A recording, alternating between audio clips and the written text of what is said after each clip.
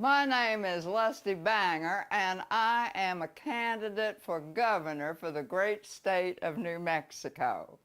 Now, I am running on a third-party ticket. It is the cocktail party, and my motto is, get more cock and get more tail. Vote for Lusty for governor. Now, my position on most issues is, frankly, horizontal.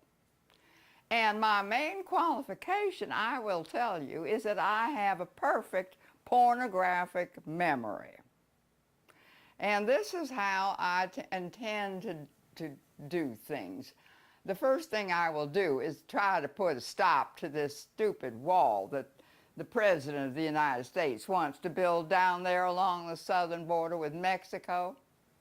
What we really need in this state is to have a wall or at least a fence of some sort that goes around the other three state lines, the one with Texas, the one with Colorado, and the one with Arizona. Not to keep those people out, the Texans and the Coloradans and the Arizonas. They come into the state, they bring in a lot of money, and they do a lot of good things. No, what I want to do is keep the New Mexicans here. Keep them from going over to Dallas and Houston and up to Denver and over to Phoenix and all over the LA, New York, Chicago. Keep them here.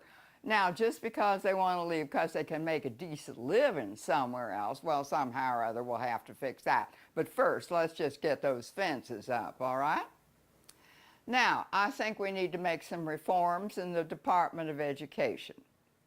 I'm in favor of keeping the 3 R's in the school, reading, writing, and arithmetic. The rest of it you can get rid of. The kids are always on their phones anyway. They might as well just go to YouTube and learn it there. It saves itself a lot of money. Medical can be, we can do a lot of reformation in the medical thing. I am for universal coverage. I think we should cover tattoos, and I think we should cover boob jobs, and, you know, whatever. Oh, Brazilian waxes. I mean, why not? Now, you're going to have to conserve somewhere along the line, so perhaps just emergency surgery and things like that should be cut off. And, you know, don't call for an ambulance. Just, you know, get not YouTube, what am I talking about here? Get Uber. I get confused with some of this modern stuff comes along, you know what I mean? So we take care of those things. But, you know, the real issue for me is gun control. I have to tell you that I am a firm supporter of the Second Amendment. I believe that everybody should be armed.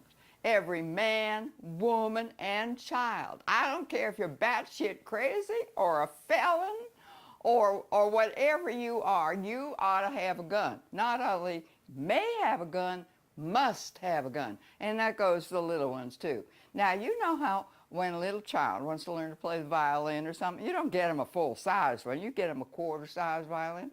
You get them a quarter-size AR-15.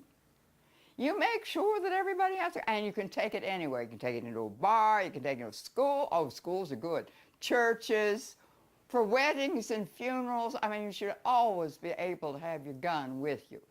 But mind you, I do believe that we need certain restrictions. And I think that has to be in the ammo department.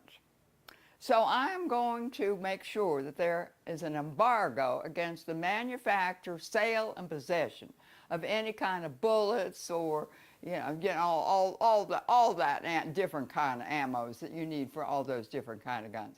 You have to be able to make your own ammo. This is kind of like going back to where it was back in the days of the Revolutionary War when they were first drawing up all the rules for Second Amendments and how you needed an armed militia. Those guys were making their own ammo. I'm pretty sure about that. So you need to learn to make your own.